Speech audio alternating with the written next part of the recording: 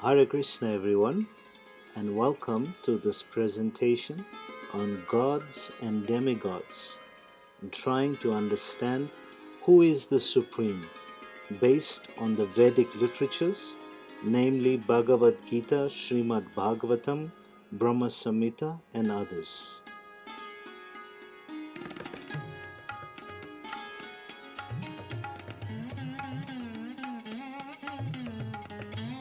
So there's many different understandings of who is supreme, and we'll go through as much as or all of them as we can today, starting with Indra.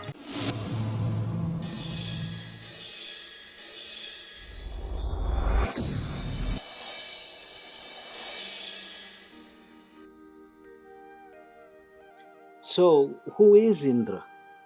We know him to be the king amongst the demigods, Indra, the king amongst the demigods, but is he the supreme? And what do we know and understand about him? Well, let's watch this short clip and try to understand. Indra or Sakra is the king of the demigods or Devas. He is also the god of war, storms and rainfall. In Puranic mythology, Indra is bestowed with a heroic and almost brash and amorous character at times, even as his reputation and role diminished in latter Hinduism with the rise of the three Murti. Aspects of Indra as a deity are cognate to the other Indo-European gods who are thunder gods such as Thor, Perun and Zeus. In Hindu mythology, the rainbow is referred to as Indra's bow. In the Rig Veda, Indra is the king of the gods and ruler of the heavens. He is the god of thunder and rain and a great warrior. So we see that he is king of the heavens, which is Svarga. So from what we want to understand from this, immediately we can appreciate that he's not the supreme god, he's king of the heavens. Although as much as we know, he is very much glorified in the Rig Veda. And being so, we understand now that he is not actually the supreme, he is the king of the heavenly planets or Svarga Loka. A symbol of courage and strength. He leads the Deva and the elements such as Agni, Varuna and Surya and constantly wages war against the opponents of the gods. Indra is described in the Rig Veda of dyeing his hair a yellow color from yellow soma juice. Indra's weapon is the Vajra, though he also uses a bow, a net and a hook.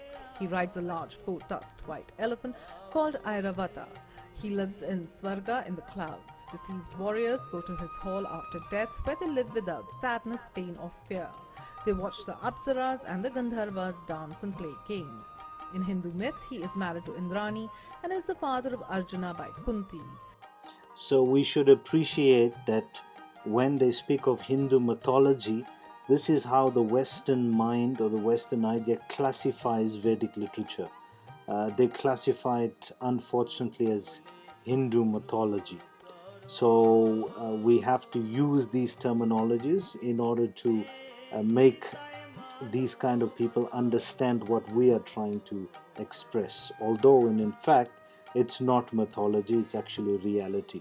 But in terms of linguistic terms and presentation, we'll go ahead with as they are presenting here, with as they are describing it as mythology. Indra is a brother to Surya. He is attended to by the Maruts, children of Diti, the mother of demons, and Rudra. In post-Vedic myth, Vrita, an Asura, stole all the water in the world and Indra drank much soma to prepare himself for the battle with the huge serpent. He passed through Vrita's 99 fortresses, slew the monster, and brought water back to earth.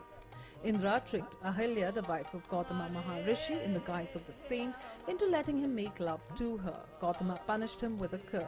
Due to his sin, Indra's throne is supposed to remain insecure forever. He is repeatedly humiliated by demonic kings like Ravana of Lanka, and Indra realized the consequences of his sin and was later avenged by the avatar of Vishnu, Rama, who slew Ravana.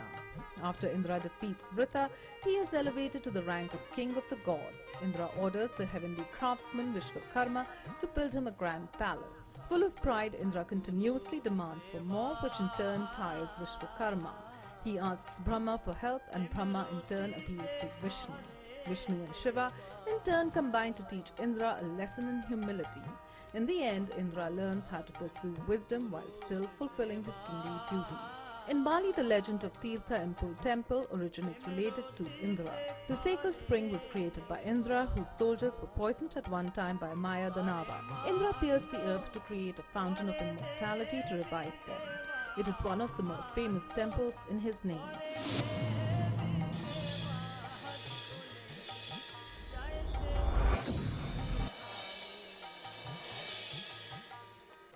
And that was a quick overview of Indra, the king of the demigods. Having said that, we've established that he is not the supreme. Our search is to try to find the supreme. So, as we move on, let's see then who is this God then? That there must be a supreme being. So, who is this supreme being? And why does the Bhagavad Gita and Srimad Bhagavatam proclaim this supreme being to be Lord Krishna? Let's hear. Who exactly is God? And why is Krishna that God? First, we have to know the definition of God. One who has 6 kinds of opulences in full to an unlimited degree: wisdom, beauty, fame, power, wealth, and renunciation. Such a person is called God. So, the definition of God was just given there, that a person who has these 6 qualities in full, this person is known as God. If you know such a person who has these opulences in full, then you know who is God. Otherwise, you are living in darkness. The Vedic scriptures are the oldest known to man, and the only scriptures that completely describe God, his history, his qualities, description, how he creates and maintains, and so on. That God is Lord Sri Krishna. Does God have a form? This is another big question that comes up in religious traditions. Firstly, who is God? Trying to establish that. And secondly, does he have a form? Let's hear. Some people believe that God is formless and thus cannot be seen. Does it make any sense to follow someone who has never been seen and who will never be seen? You have a form, I have a form, even the plants and animals have a form. And if God can give us a form, then why can't he take a form for himself? Are we greater than God? How can we have something, namely a form, that God doesn't have? God is all-powerful, and so he can do anything, including having a form. God is all-merciful, and to prove that, he takes birth among us to live, eat, and play with us. God is all-loving, and to prove that, he satisfies all our desires, including our wish to see him. People say that God is great, but unfortunately they do not know how great God actually is. For instance, Lord Krishna in his Mahavishnu form has millions of universes coming out of his body with every exhalation. And with every inhalation, millions of universes enter back into his body.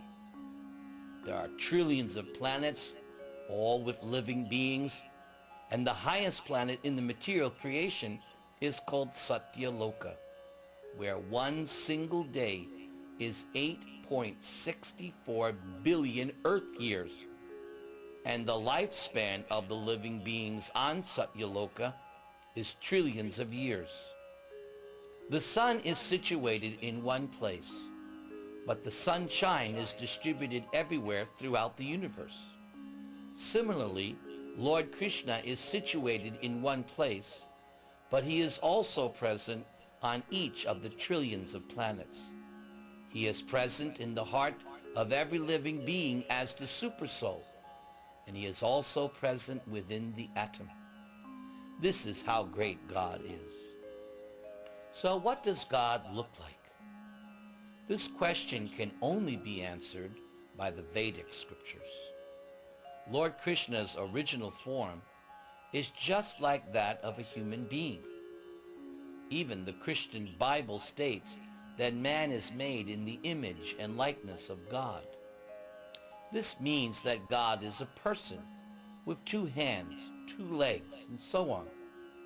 That person is Lord Krishna. His complexion is dark blue like that of a rain-filled cloud. His eyes are like the lotus petal. He is ever youthful. He's full of bliss, and his beauty excels thousands of cupids. He likes to play the flute. He wears a peacock feather in his crown.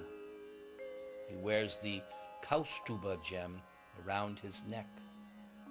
And he wears yellow garments. The next question is, can God be worshipped in an image form? For millions of years, humans have been worshiping God in an image form. So why is it all of a sudden it's wrong to worship God in an image form? God has been creating humans who worship him in the image form for millions of years. Is God a fool? God created the rules for humans to follow at the time of creation billions of years ago, and not just a few thousand years ago. The Vedic knowledge is passed down from Lord Vishnu, who was an incarnation of Krishna, at the time of creation to Lord Brahma, the first living created being. Then Brahma passed it down to his children, and so on in disciplic succession, down to the most recent prophet of God, namely Srila Prabhupada, the founder Acharya of ISKCON. The Vedic religion is based on unlimited prophets and not just one. God is unlimited and all-powerful, and so he can send unlimited prophets, not just one. It is important to understand that the Vedic scriptures authorize God's image, thus Lord Krishna's deity, to be worshipped, and not just any image. There is only one living being who very strongly declared himself as the Supreme Personality of Godhead, and that person is Lord Krishna. Lord Krishna declared himself as the Supreme Father. Quote, "It should be understood that all species of life, O son of Kunti, are made possible by birth in this material nature, and that I am the seed-giving Father." We find that in the 14th chapter of Bhagavad Gita. Lord Krishna also declared himself as the Supreme Creator. Furthermore, O Arjuna, I am the generating seed of all existence. There is no being moving or unmoving that can exist without me. And that is also in the 10th chapter of Bhagavad Gita. Lord Krishna declared himself as the Supreme Controller. I give heat and I withhold and send forth the rain. That we find in the 9th chapter of Bhagavad Gita. Then he says, with a single fragment of myself, I pervade and support this entire universe. That is found in the 10th chapter of Bhagavad Gita. Lord Krishna declared himself as the supreme maintainer. I enter into each planet, and by my energy they stay in orbit. That's in the 15th chapter. Lord Krishna is omnipresent, meaning that he is present everywhere. I am the super soul, O Arjuna, seated in the hearts of all living entities. I am the beginning, the middle, and end of all beings. That is found in chapter 10. Lord Krishna is omnipotent, meaning that he is the greatest. There is no truth beyond me. Everything rests upon me as pearls are strung on a thread. That we find in chapter 7. Lord Krishna is omniscient, meaning he knows past, present, and future.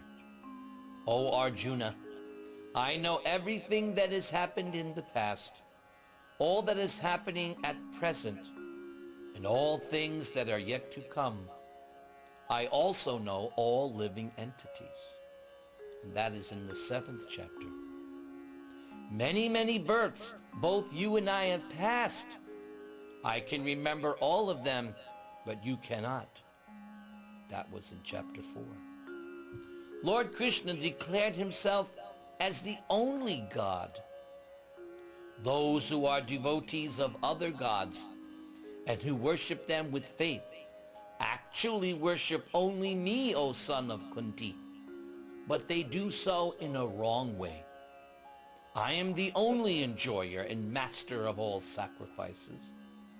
Therefore, those who do not recognize my true transcendental nature fall down. 9th chapter. Question.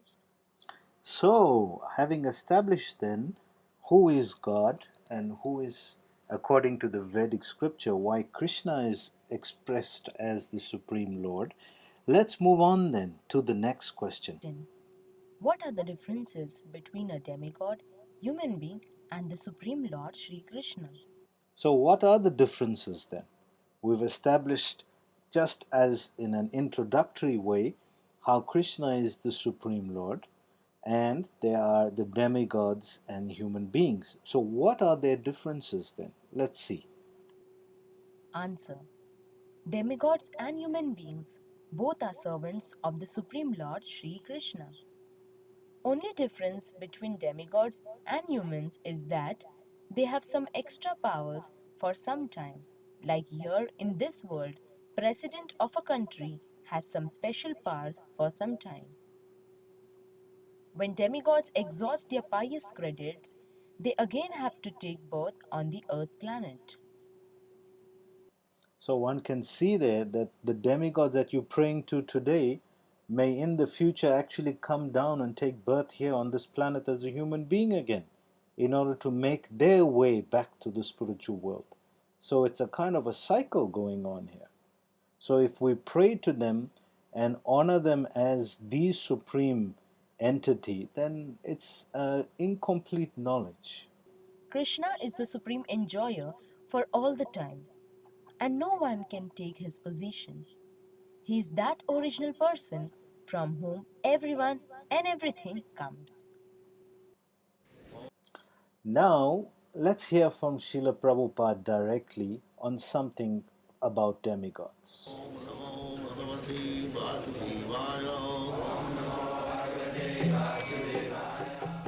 वन्देऽहं श्रीगुरो श्रीयुता पदकमलं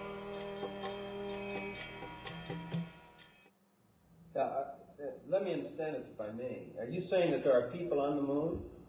Yes, There are. yes, And they are demigods? yes.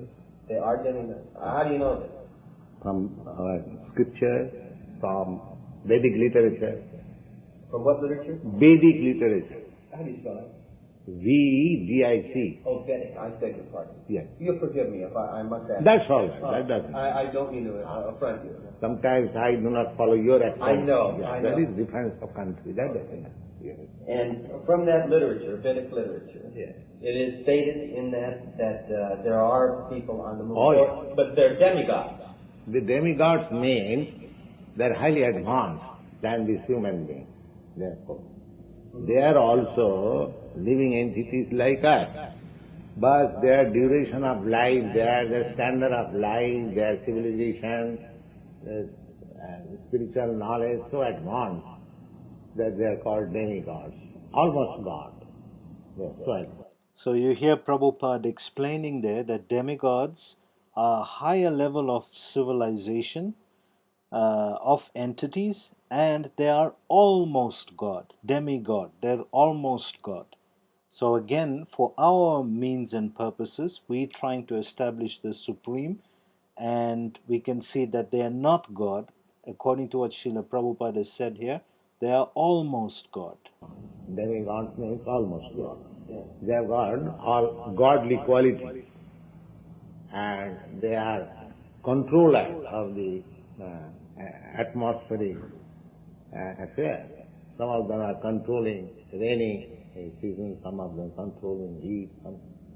As you have got controller here, some departmental, director of this department, director of that department, similarly, why don't you think that this cosmic manifestation, there is a great brain behind it, and there are different directors and there is the management. People do not access the nature. What do you mean by nature? Such nice things, such wonderful things are going on automatically without any control. Yes. Well, I don't know. It's a question that, of course, one asks oneself all the time. Yes, it's part of man's quest to find himself, and. But they should have common sense that you are trying to float one Sputnik. So many scientific brains are working, and millions of wonderful Sputniks, which are called planets, they are floating in the air. There is no brain behind it. What is it? So Prabhupada presents some logic, and he says just like we have different spaceships, which he calls Sputnik spaceships, being sent by hundreds of scientists monitoring it, then who is monitoring all these planets that are floating there in space? So he's giving an analogy to say that these demigods are in charge of cosmic or universal government, just like we have governmental reign on this planet. So just like that, universal government are the demigods. They work so-called for God. Is that very good reasoning? I must ponder that. And we should know it. How it can be? There must be a very big brain behind it. They are working. Now, do you say that the moon is, so to speak, what should I say, headquarters? Where these demigods No, live? there are many planets on the same level. Oh. There are many planets. Moon is one of them. Okay. Have any of these demigod creatures visited the earth, or I mean? Formally they used to, because at that time people worked to see them. When you say formally, you mean thousands of years ago, or No, at least 5,000 years ago. at least 5,000 years ago? The last time that we would know. Are they in human form? Yes, so far we get information. Sometimes great sacrifices were performed, and demigods from other planets, they were invited, and they used to come. And this is your authority for this statement is based in the Vedic literature? Yes. I see. It is not manufactured by me. Oh, I know. No, I'm not implying that. No, but I just want to know where the. So Prabhupada was explaining there how the Vedic literature is the authority. Based on the Vedic literature, he is proclaiming that the demigods are servants to Krishna. So what is the authority of the Vedic literature and the way we're receiving it? Well, it has to come in a disciplic succession, and that is very important. And Krishna proclaims that in the Bhagavad Gita, chapter 4, verse number 2. And he explains further in this Bhagavad Gita that Srila Prabhupada presents, before the actual context of the Gita is explained, it shows this particular reference of the disciplic succession in which this Bhagavad Gita is being presented. And the criteria is that it must start with Krishna at the top.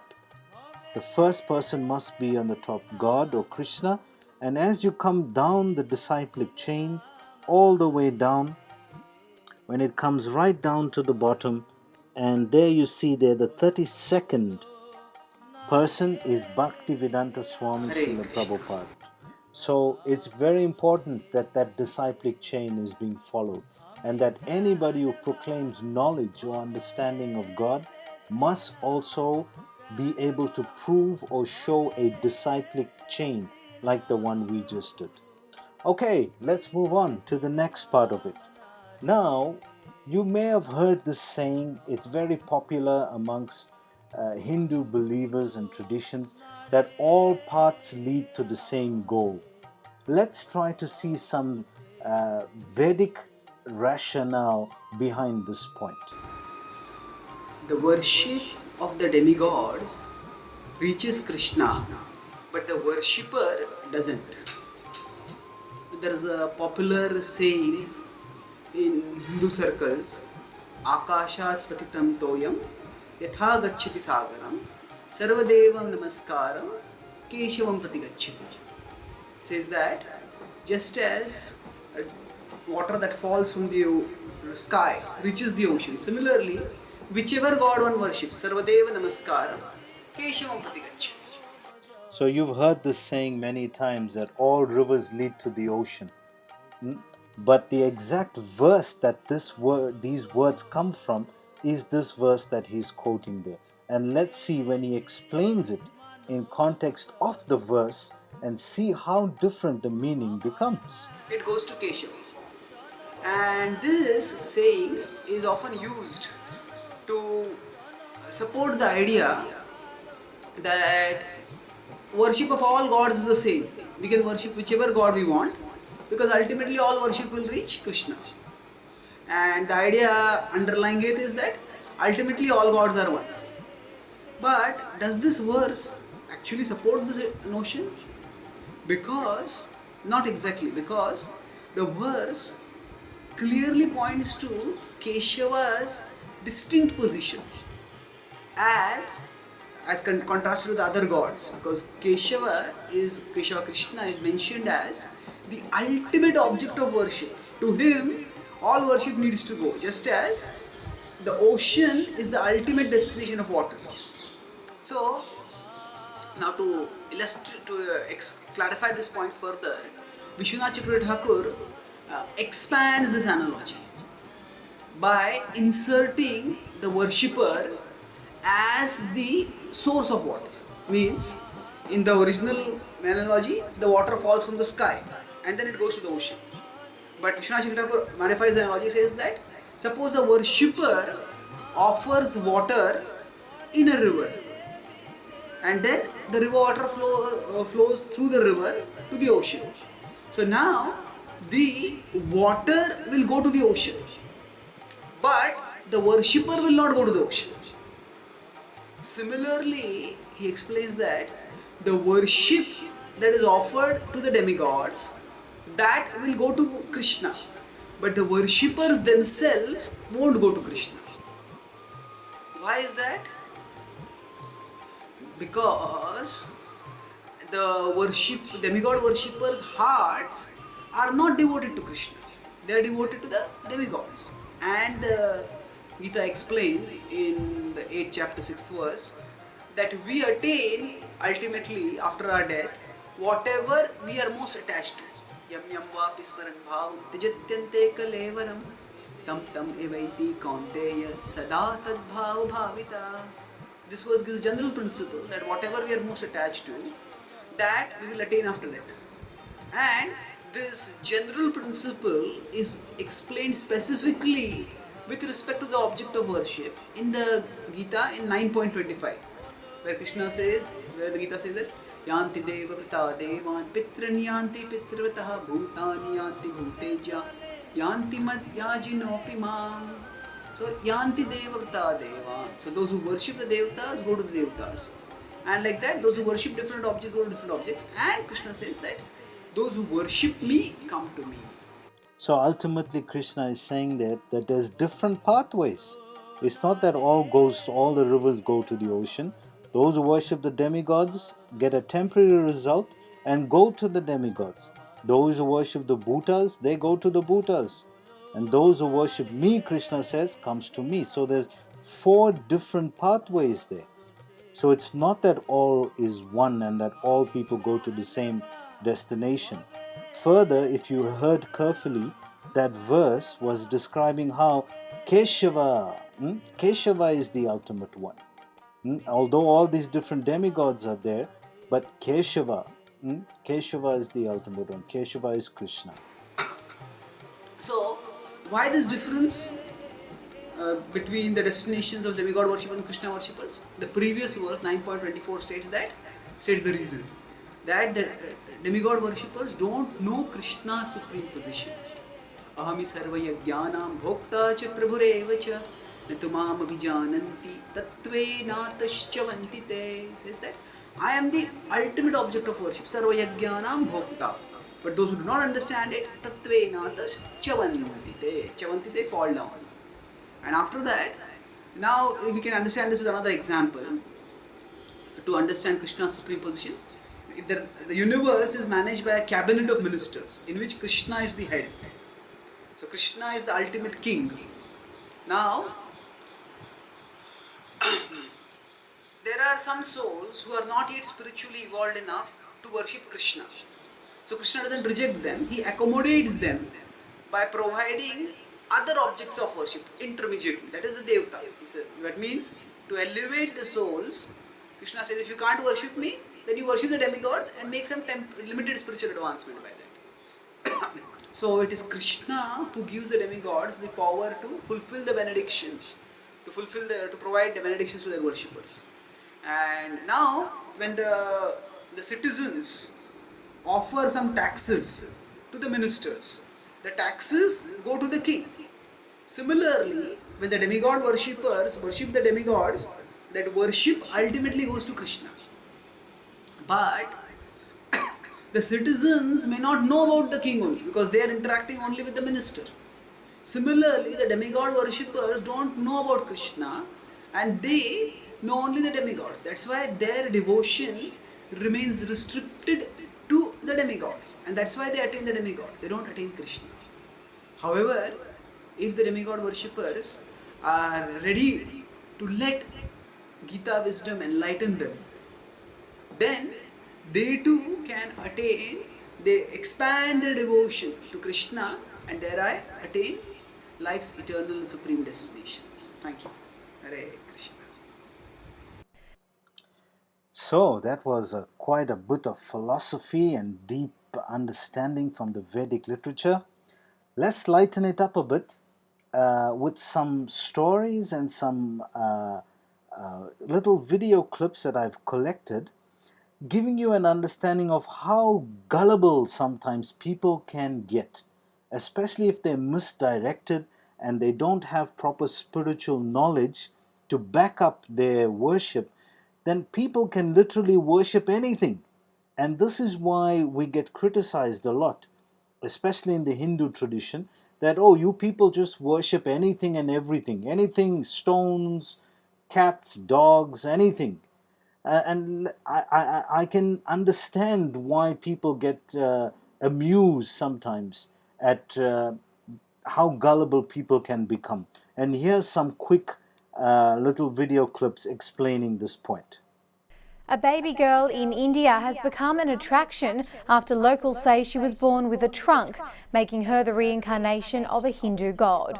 Born with a protuberance between her two eyes, which people believe resembles the trunk of Lord Ganesha, one of the most worshipped deities in Hinduism. Thousands of people have swarmed the family's home in the north of India to get a glimpse of the special baby, even making offerings to their idol. So if you look at this child, she actually, it's sad, but she has a bit of a deformity from her nose and upper lip mouth area. She has a bit of a deformity, a growth.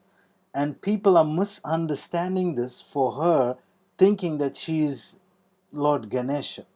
So, really quite gullible there. Doctors say the growth could be a result of gene mutation. This story is about. Now, there's a second one of somebody who's actually growing a tail. Yes, believe it or not, this is a human being, but he has somewhat of a tail. And if he's Hindu, can you imagine what that is going to become? Let's take a look at this. About Chidre Oren, who's a man with a tail, who's worshipped as a god in India. Yes, it's true. A 35-year-old tea packer in India is getting tailed by followers each and every day, mainly because of his 14.5-inch tail growing out of his back. Making people think that he is a god, a living god. They think he is a sign of reincarnation of a monkey god known as Hanuman. And so people basically go to worship him. One woman brought her sick, ailing nephew to save him from his fever.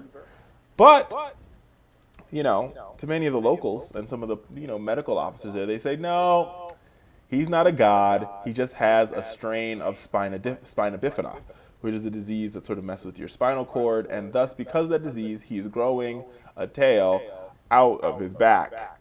So you see here, the person has a problem, a physiological problem, where he has a spine condition, and thus a kind of a tail.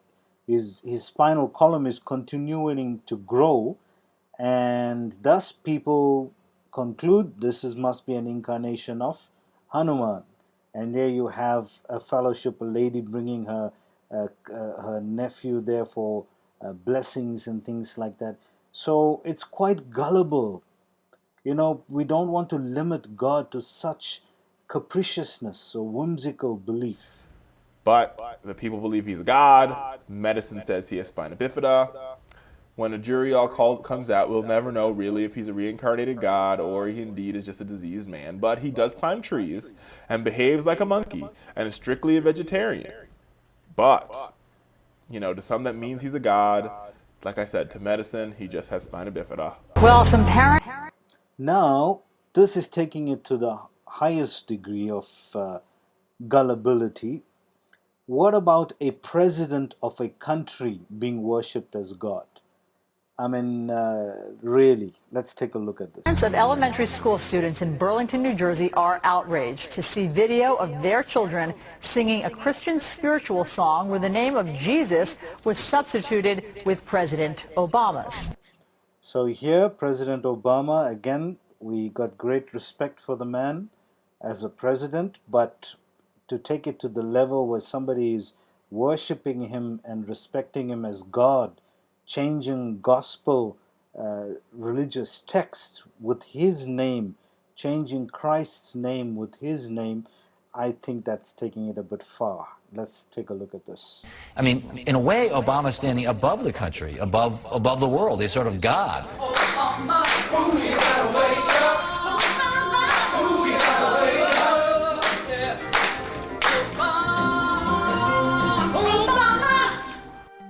Yeah, so you've seen some interesting clips there.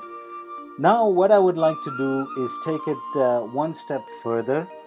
As we're trying to understand Krishna's supremacy, I'd like to show you the authenticity of what we're trying to establish and why we're trying to establish that and why we're saying Krishna is supreme.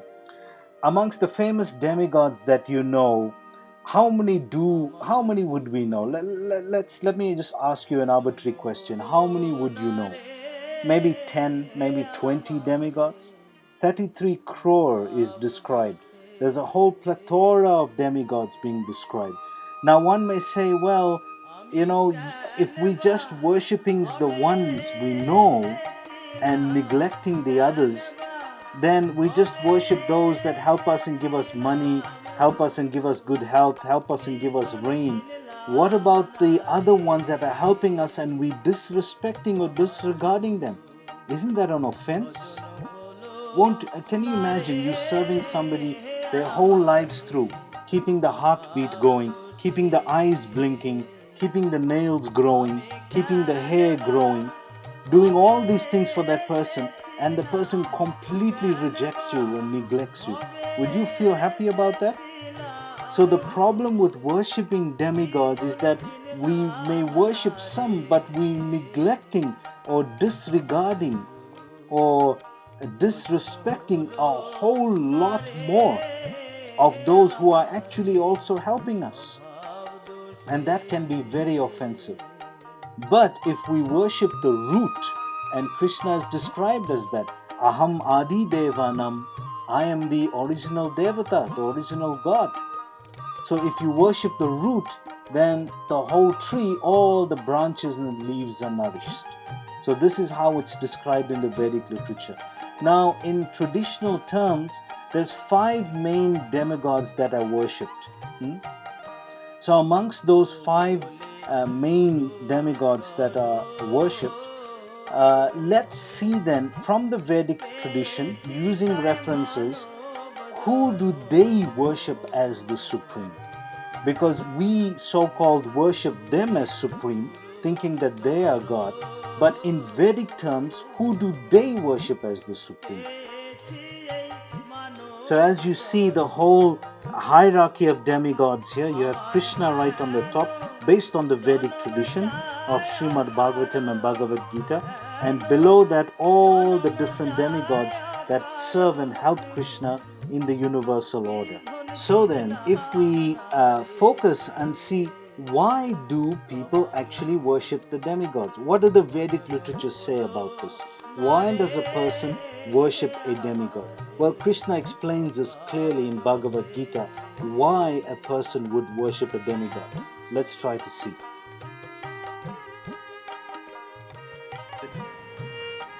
काङ्क्षन्तः कर्मणां सिद्धिं यजन्त इह देवता क्षिप्रं हि मानुषे लोके सिद्धिर्भवति कर्मजा. Translation: Men in this world desire success in fruitive activities, and therefore they worship the demigods. So people worship demigods because they want success in fruitive activities. You want something back. You want something from the gods. Therefore you worship them. Quickly, of course, men get results from fruitive work in this world. So you see, when they do these pujas and these different prayers, they quickly get a result. Purport. There is a great misconception about the gods or demigods of this material world. Let's see what Srila Prabhupada says about this. And men of less intelligence, although passing as great scholars, take these demigods to be various forms of the Supreme Lord. Actually, the demigods are not different forms of God, but they are God's different parts and parcels. God is one, and the parts and parcels are many. So Prabhupada is establishing there that God is one, but He has different parts and parcels. And because of our fruitive desire for wanting some quick result, therefore we worship these demigods.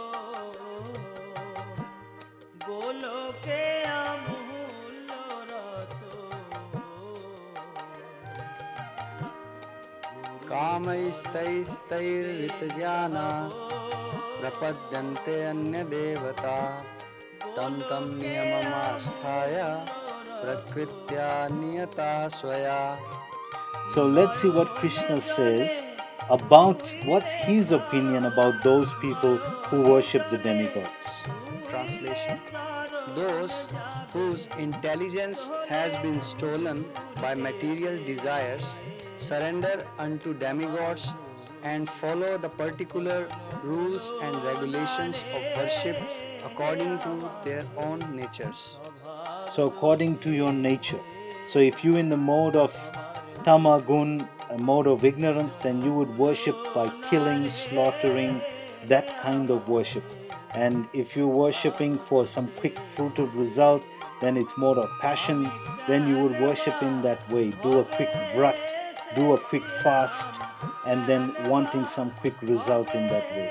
But Krishna is saying those people who do this kind of quick worship, it's less intelligent in his opinion. So in India, there are many different kinds of worship that go on, and we showed you some from the western side just now of gullible people worshipping a president as God, worshipping a child as Ganesh, worshipping a man as Hanuman. But in India, there are many different kind of gullible worshippers, and here in one we can see of people worshipping in the mode of ignorance, worshipping rats as God.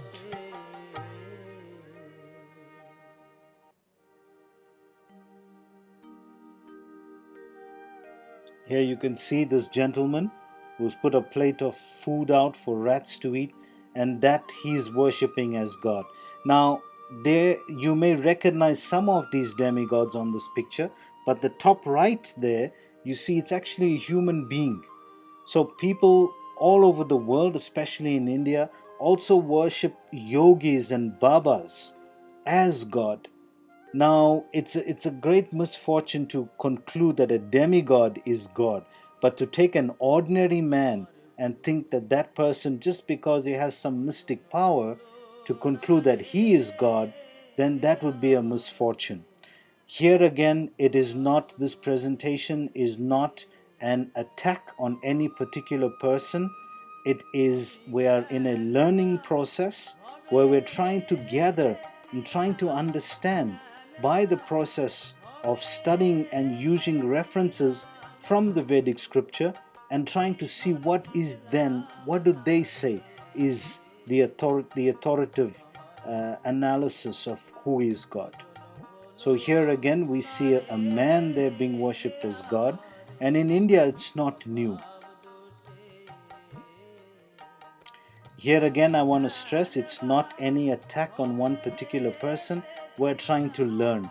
And if we look at these pictures as being presented, here's a great personality who has done many great deeds on this planet, but his followers regard him as God, or he himself has proclaimed himself to be God. And at a latter stage of his life, we see him here in a kind of modified wheelchair. So, how is it that God can be in a wheelchair?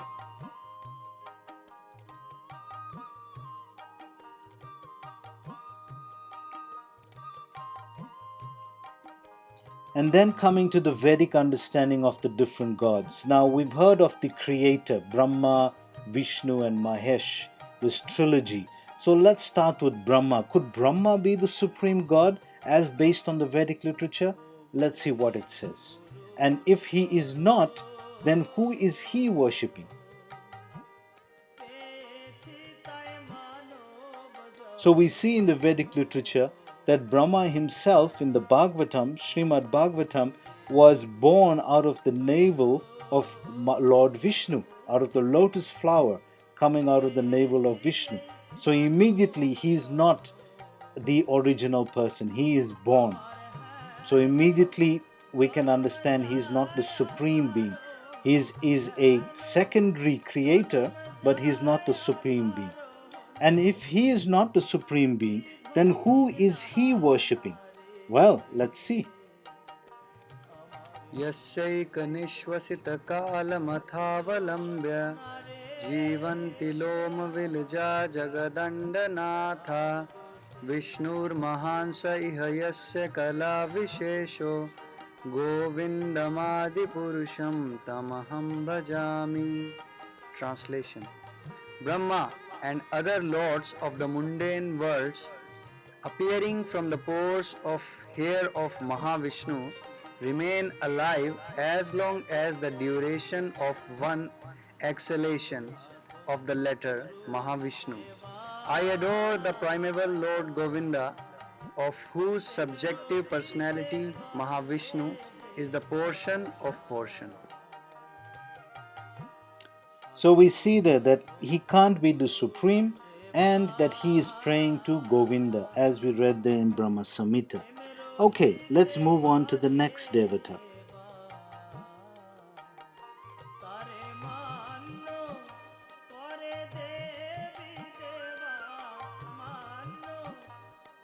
Okay, and the next Devata here we have is Durga, or as she's called in the material world, Durga or Parvati. So, could she be the supreme? Well, we see she's the controller of the material energy. And who does she pray to then?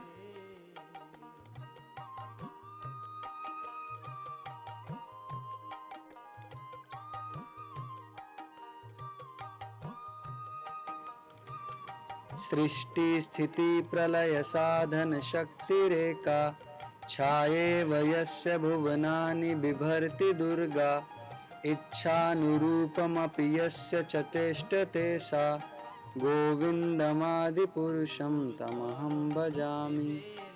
Translation: The external potency Maya, who is of the nature of the shadow of the Chit potency, is worshipped by all people as Durga, the creating, preserving, and destroying agency of the mundane world.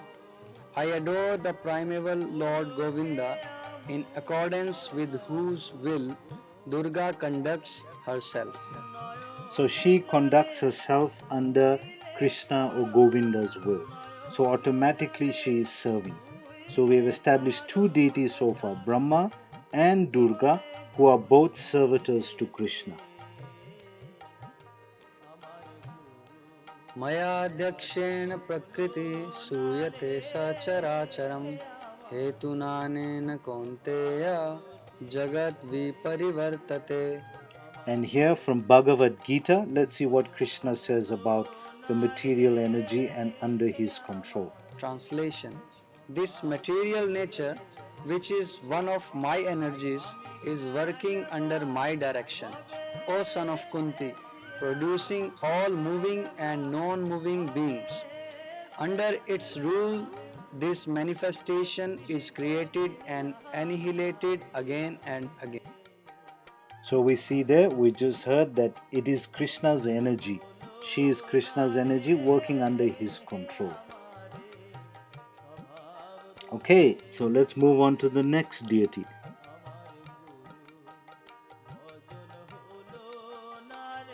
And the next deity is Ganesh. Ganesh is the son of Lord Shiva. So automatically from that we can understand that he can't be the supreme being. But then why is he worshipped? Because he moves out obstacles. But if he moves out obstacles and he is a demigod, who is empowering him to move out these obstacles? Well, let's see what he says.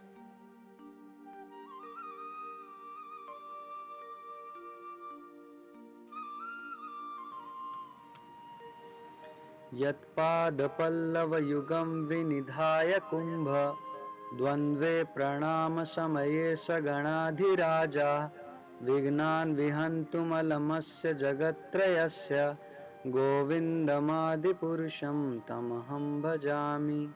Translation: I adore the primeval Lord Govinda, whose lotus feet are always held by Ganesh upon the pair of tumuli protruding from his elephant head. So he's got the feet of Govinda on his head. Therefore, he's able to move out any obstacles. In order to obtain power for his function of destroying all the obstacles on the path of progress of the three worlds. So, where does he get his power from? He obtains his power from the lotus feet of Govinda. Govinda is none other than Krishna.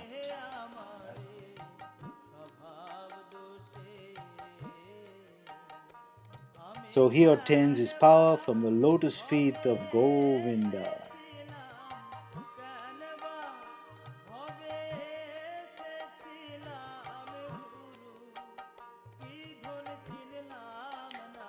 And now we move on to his brother, another amazing personality, Kartigeya or Skanda or Muruga, as is called in different parts of the world by his different devotees. We know he has a great fellowship all over the different parts of the world as well. So, is he the supreme? And if he is not the supreme, then who is he and who does he worship?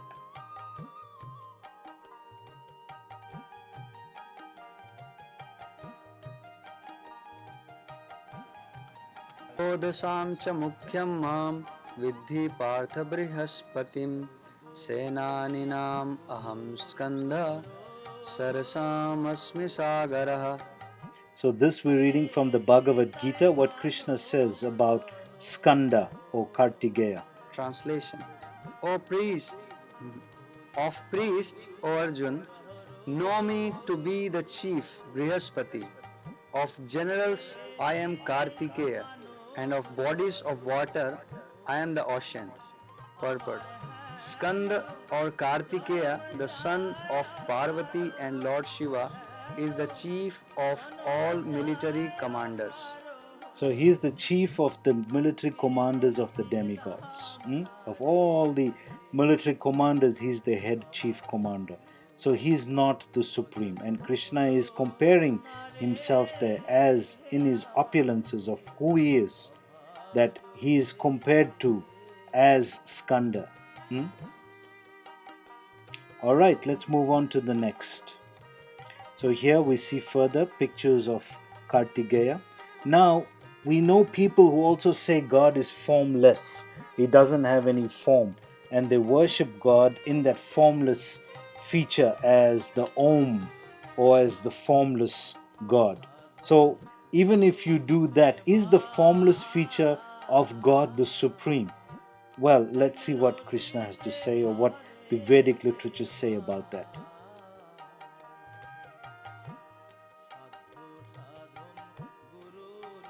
रसोऽहमप्सु Kaunteya प्रभास्मि शशिसूर्ययो प्रणवा सर्ववेदेषु शब्दखे पौरुषं नृषु. So this is from Bhagavad Gita. And what does Krishna say about the Om? Translation.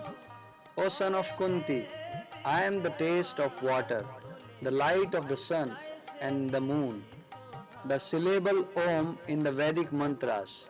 I am the sound in ether and ability in man. So Krishna says that I am that Om. Let's see further what he says.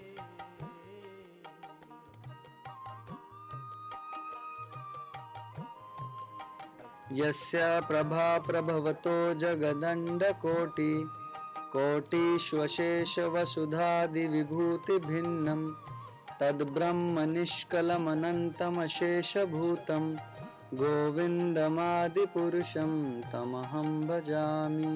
Translation. I worship Govinda, the primeval Lord, whose effulgence is the source of the non-differentiated Brahman. So you see, the effulgence or that light that everybody merges into is the source of that is coming from Krishna, Govinda. His effulgence, his bodily effulgence, that light, he is so called, like we would compare it as an aura around his body. That light is actually the Brahman effulgence that every yogi and people who are familiar with the concept say they merge into. This is nothing but Krishna's bodily effulgence. Mentioned in the Upanishads, being differentiated from the infinity of glories of the mundane universe, appears as the indivisible, infinite, limitless truth. ब्रह्मणो हि प्रतिष्ठाहम् अमृतस्याव्ययस्य च शाश्वतस्य च धर्मस्य सुखस्यैकान्तिकस्य च. So here in Bhagavad Gita again, let's see what Krishna says about what is the Brahman compared to who he is. What is the Brahman and what is Krishna and how are they connected? Translation. And I am the basis of the impersonal Brahman, which is immortal, imperishable and eternal, and is the constitutional position of ultimate happiness. So Krishna there is saying, I am the basis of that.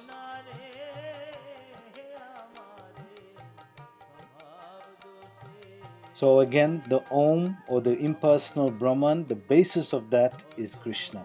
And that's what all the yogis strive to achieve. What about Ram?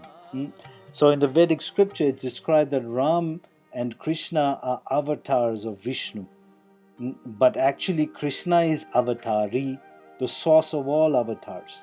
So Ram and Krishna are non-different. And if one is worshipping Ram, perfectly okay. You are worshipping the Supreme Personality of Godhead in that feature of Ram, which is perfectly okay.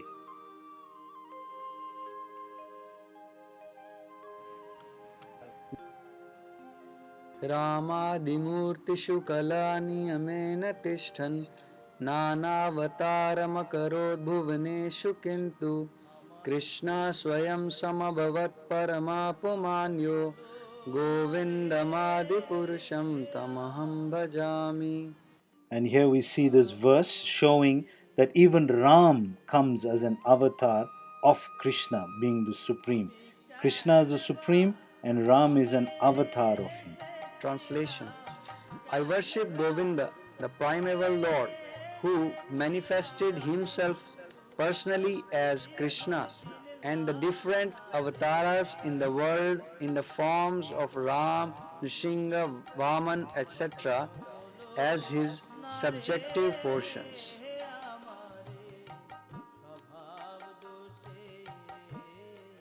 Okay, and another personality, a great devotee of the Lord, of Lord Ram, is Hanuman. Now, I think most people know it philosophically and theoretically that Hanuman is not the supreme. He is a devotee of Ram, so he can't be the supreme. But just for clarification, because we're trying to establish who is the supreme, he's actually a great devotee of Ram and he's not the supreme being.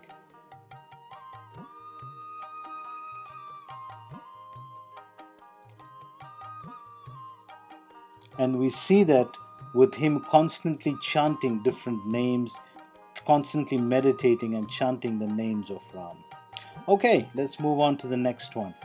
Out of all the demigods, the most famous would be Lord Shiva. So let's see what is the understanding of Lord Shiva in connection to Krishna. If we look at this picture, we can also see that he has prayer beads around his neck and he's giving blessings also, but he has this japa mala. So what if he has japa mala, what is he doing with this japa mala? And we see regularly most of the pictures of Lord Shiva, he is always praying or meditating. And if he has japa mala, that means he's chanting somebody's name. Whose name is he chanting? In the Mahabharata, the reference is given Rama Rama Rameti. He is chanting, he tells Parvati that the name that I'm chanting is the name of Ram. And if we compare that then further to see Ram connected to Krishna, Ram is an avatar of Krishna. So Krishna is the supreme. Again, but still, let's see further in Vedic references what is the connection with Lord Shiva and Krishna.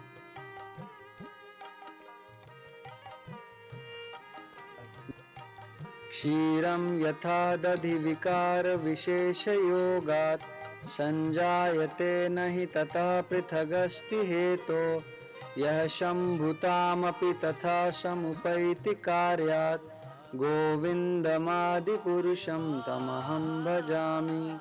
Translation: Just as milk is transformed into curd by the action of acids, but yet the effect curd is neither same as nor different from its cause, viz. milk.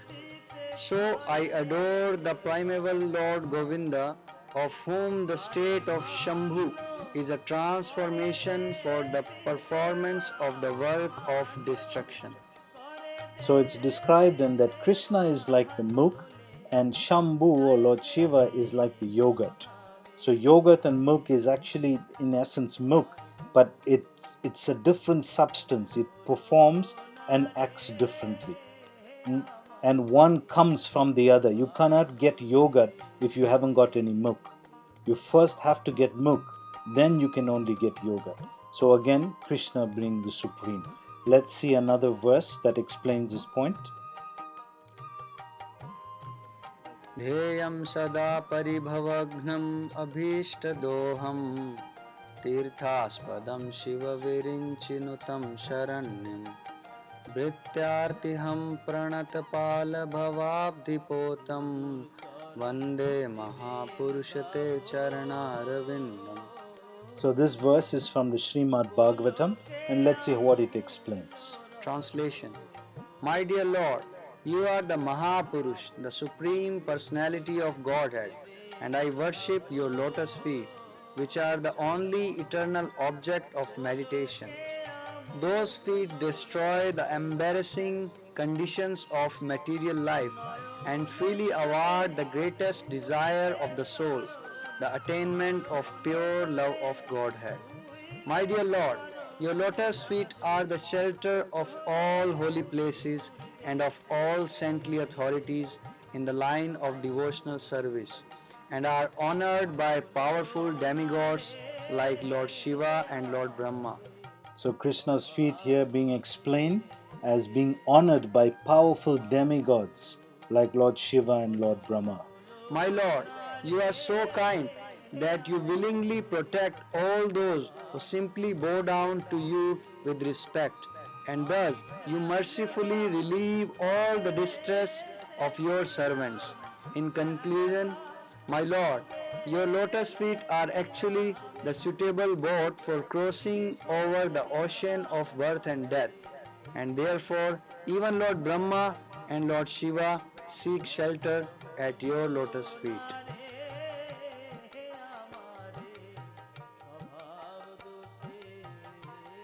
Here we see further pictures of Lord Shiva meditating.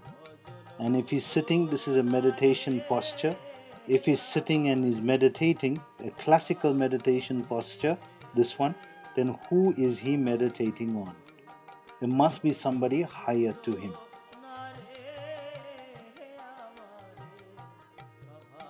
Then we move on to the last one, which is Surya, the sun god.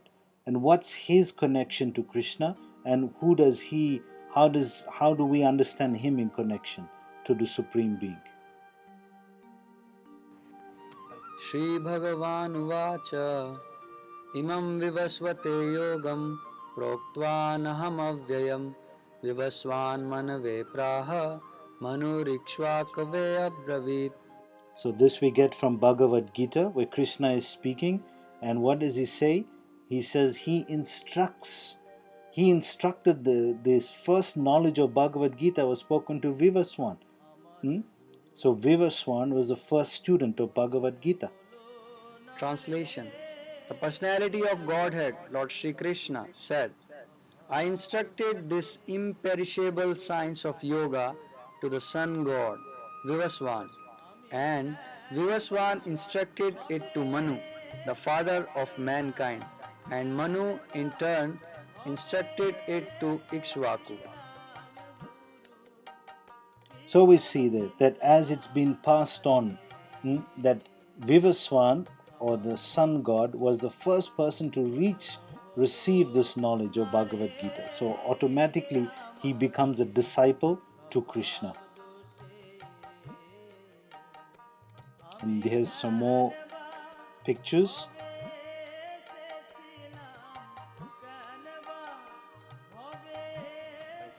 Avajananti mamura manushim tanumashritam param bhavam ajananto mama bhuta maheshwaram. So having said all that, we saw that each one of these demigods that we commonly know, they all are worshipping Govinda, Krishna. So if they're all worshipping Krishna, what does that mean? It automatically establishes Krishna as the Supreme Personality of Godhead. So why then do we misunderstand Krishna to be just an ordinary person? Well, let's hear it from him directly as he speaks it in the Bhagavad Gita here. Translation: Fools deride me when I descend in the human form. They do not know my transcendental nature as the Supreme Lord of all that be. Because the lack of knowledge, they do not know his transcendental nature and the Lord of all that be. That only the devotees know. Therefore, the devotees surrender unto Krishna.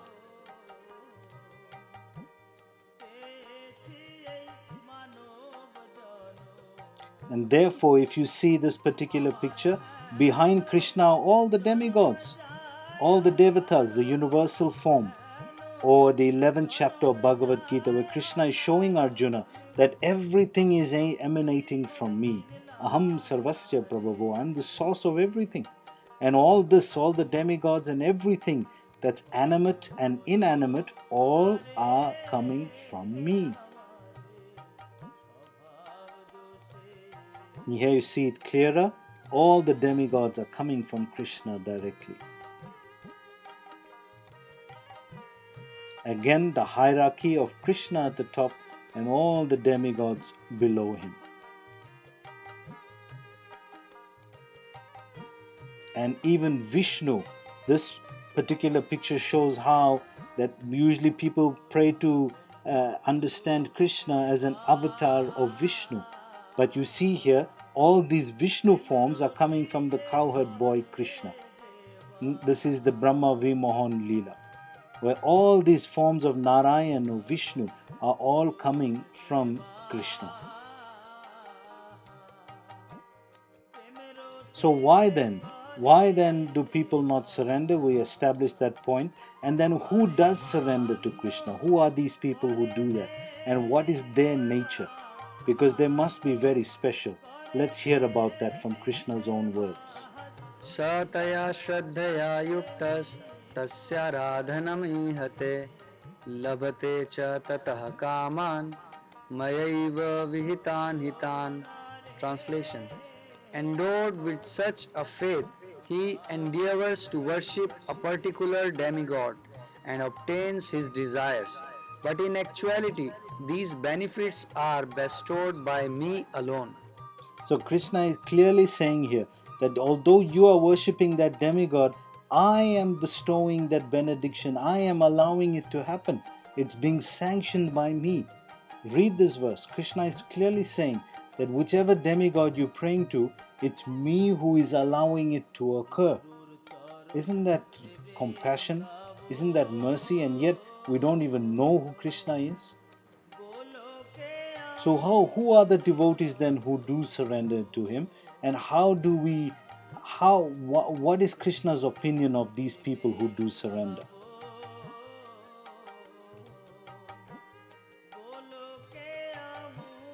So again we can see that it's not just all one. There's various shades of gray between black and white. There's various shades of gray. And we've established that amongst those, Krishna is the Supreme Personality of Godhead.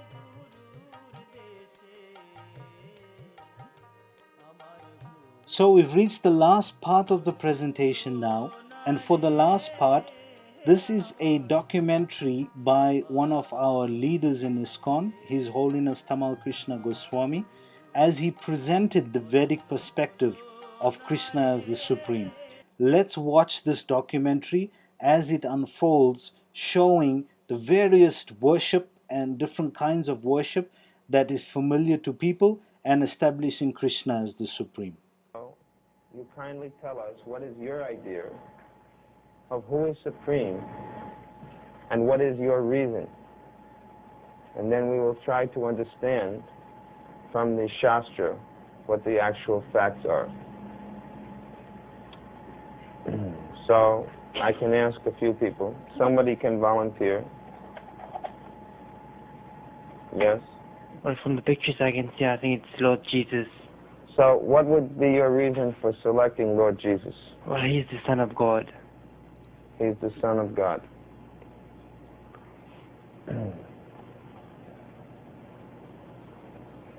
All right. Does anybody else have some choice?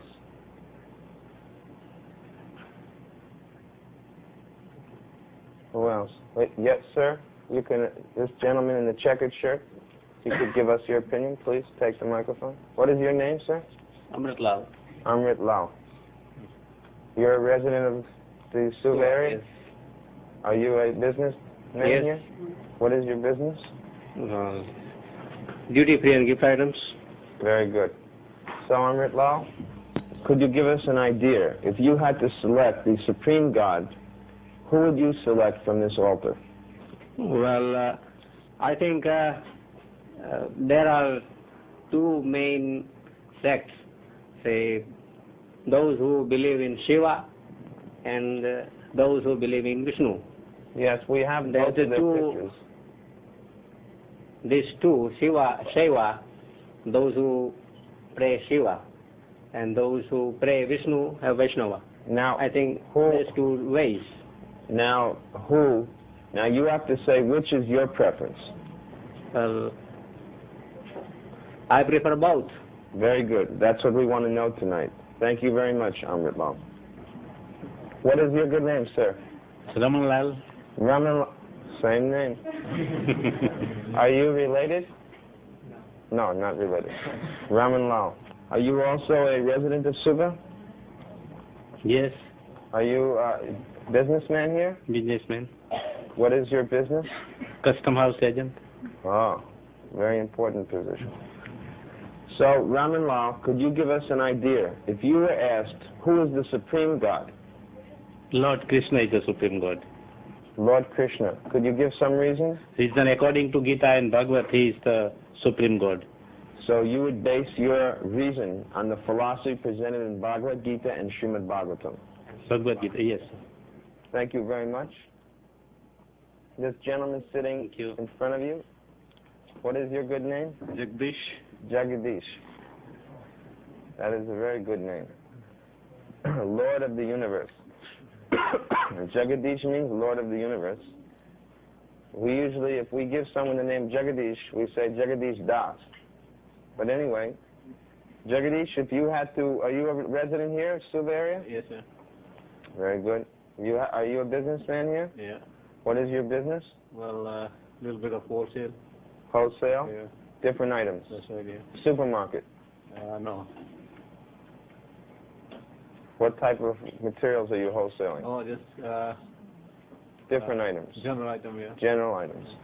So, Jagadish, if you had to select someone on the altar from the many pictures, who would you select as the supreme God?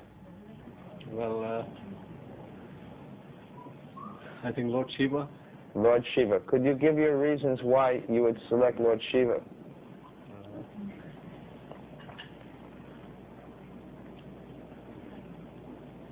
No particular reason, but I have heard that Lord Shiva is the most kind. Very merciful. Easily pleased. Have you been worshipping Lord Shiva for a long time? No, sir. Then how are you sure that he's the most merciful? Well, I have heard of. You've heard? Yes. Word of mouth. All right. That's good. Then, all right. If you had to select from these pictures who is God, who would you choose? I love all of them, but I know the Lord Krishna and Rama and Vishnu is the supreme God. You respect and love them all, but of all of them, you select three as supreme God. Yes. Lord Rama, Lord Vishnu, and Lord Krishna. All right. Then, just what is your good name, sir? Nagin. So, Nagin, judging at all of the pictures on this altar, if you had to select a supreme God from amongst them, would you want to select any one in particular, or more than one, or all of them? Which would you do? Well, it is a little difficult to say that something is supreme or the other is supreme, but exactly I would not be able to say who is supreme. Difficult to say. That's all right. That is also an answer. Just like when you take these tests, you'll be asked to select choice A, B, C, and there's choice D, which is none of these, or none of the above. You'll find that in the Shastra, there are discussions between the guru and the disciple. And sometimes the disciple will say, I'm not sure. So that's also a genuine answer. Sir, could you give us your good name? Hasmukh is my name. All right. Hashmukh, are you a resident of Suva? Yeah, I am. And are you having any business here? Yeah, I'm in import and export trade. Very good. So, Hashmukh, if you had to select who is God from all of these pictures on the altar, who would you select? Brahma, I would say. You would say Brahma. Brahma, Vishnu, and Mahesh. You'll say all three? Yeah. One or three? Brahma is one. You'll take Brahma. Yeah. All right. Yes, there is a picture of Brahma there. He's shown on the top left hand. Would you like to give a reason for that? He is the creator of the universe. Because he's the creator of the universe. All right, Hashmukh, thank you very much. The lady there, yes?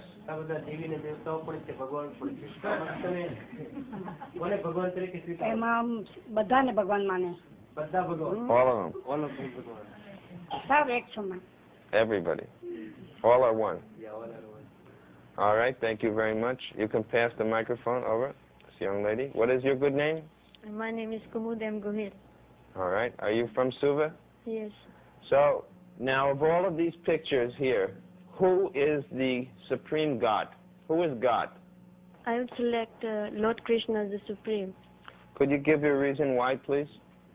Because it is stated in Srimad Bhagavad that he is the supreme Lord. Very good. Thank you very much. Now, there may be some pictures, or there may be some persons whose pictures are not shown on this altar. Someone here may think that there is God, but his picture is not on this altar. There's a different God that's not shown here. So if anyone thinks like that, let them raise their hand now. Yes, sir. What is your name? Kanti. Kanti. So, Kanti, do you find any picture here to be the supreme God, or is there someone else you think could be supreme? I think that Bhagwan Sri Satya Sai Baba is the supreme God. I see. So could you give your reason, please? If God exists, then he has to be present. And Bhagwan Sri Satya Sai Baba is present at the moment in India. But we are all present also. Yes, but he can do things that we cannot do. Such as, please? He is able to create things. He's able to perform miracles. He creates what kind of things? Can you give an example, please? He can produce some gold if you want. Who is the jewelry man here?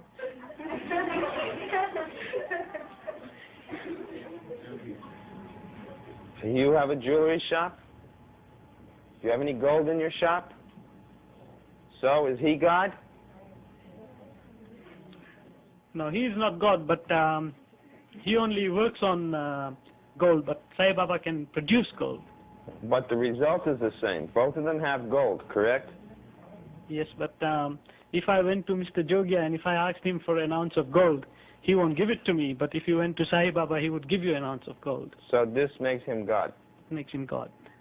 Any other reasons?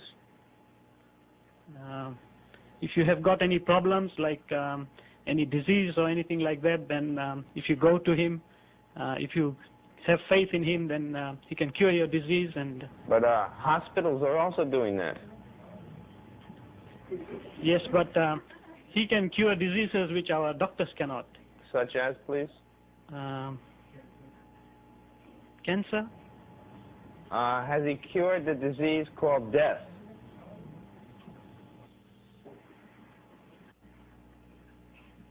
I don't know. I don't think he has had the opportunity to do so.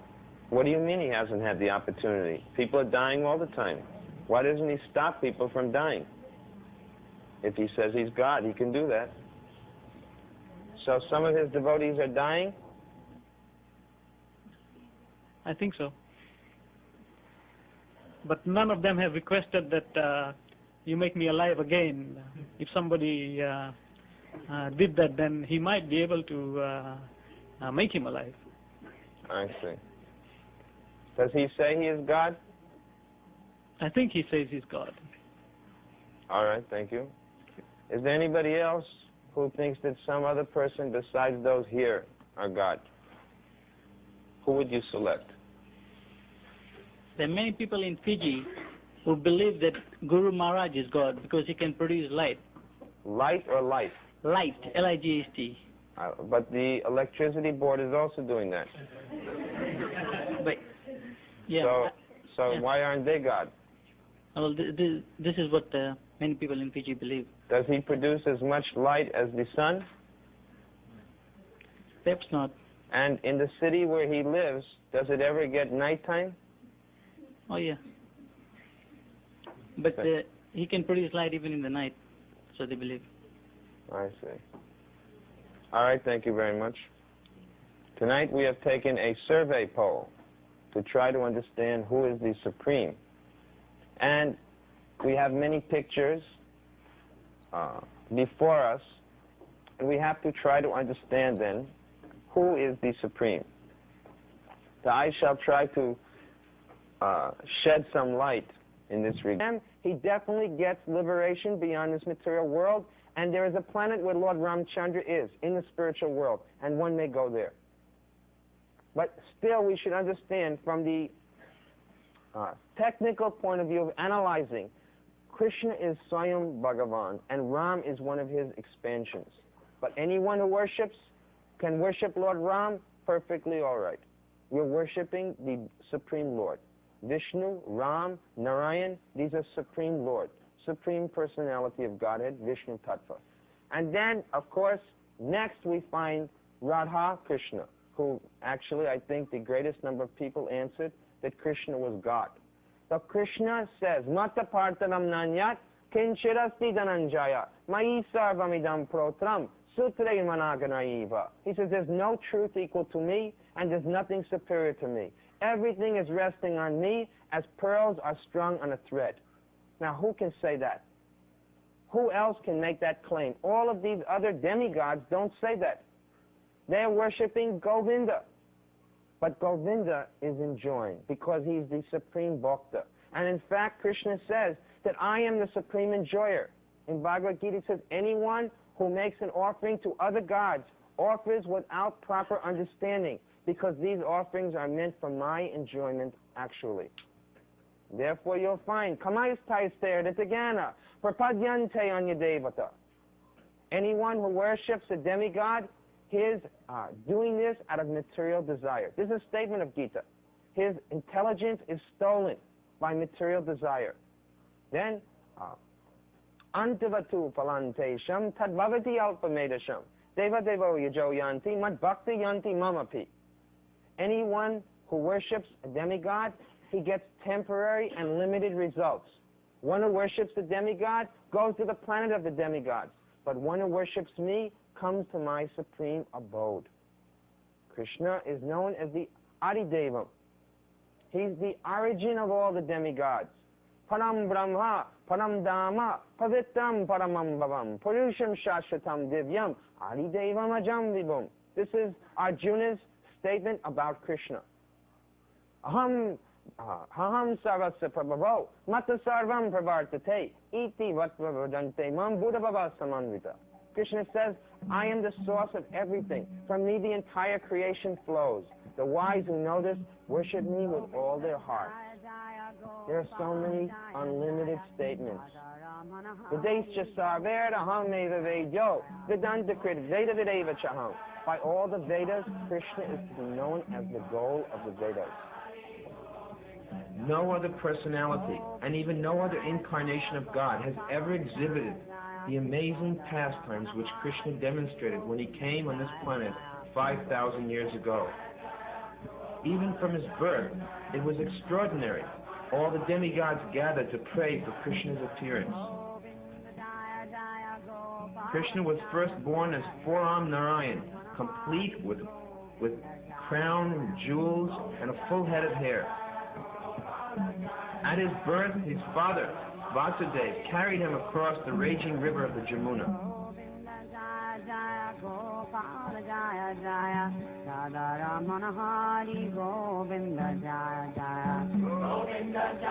His birth celebration was performed with all opulence and splendor by the residents of Vrindavan.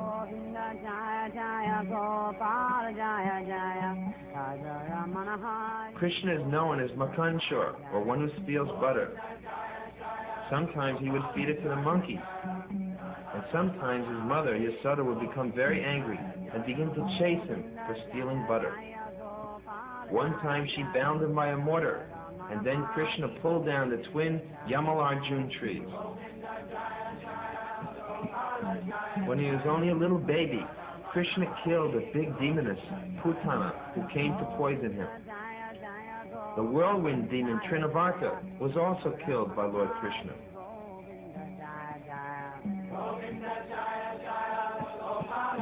And Bakasura, the big demon stork, had his beaks broken in half by little Krishna. Who else could kill so many big demons like Krishna? There was the big snake demon, Agasura, whose teeth were as big as mountain peaks, and Krishna killed him. The bull demon came to Vrindavan to kill Krishna. All of these demons were sent by Kamsa, but Krishna killed them. And not only did he kill them, he liberated each and every one of them. Then the horse, Keshi, came and whinnied and neighed and charged at Krishna. But Krishna punched him with one hand and killed him. So thank you very much. I hope you enjoyed this presentation on Gods and Demigods, who is the Supreme. Take care and join us for the next presentation the next time. Hare Krishna.